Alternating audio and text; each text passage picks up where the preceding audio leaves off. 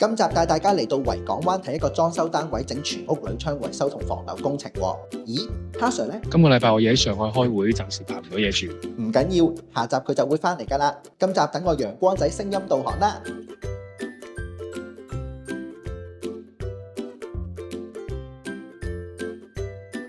師傅一到單位，首先就會拆晒啲鋁窗搬去走廊同後樓梯。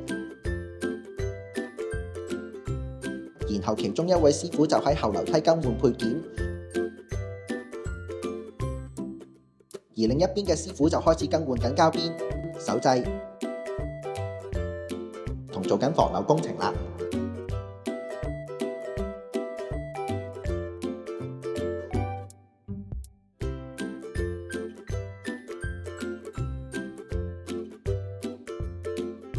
簷篷位置足夠，可以加裝埋擋水濾角，阻擋雨水流入窗口㗎。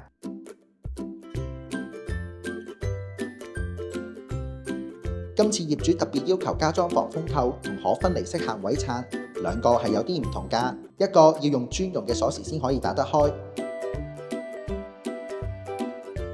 而另一個對啱虛位就可以鬆開㗎啦。工程完成。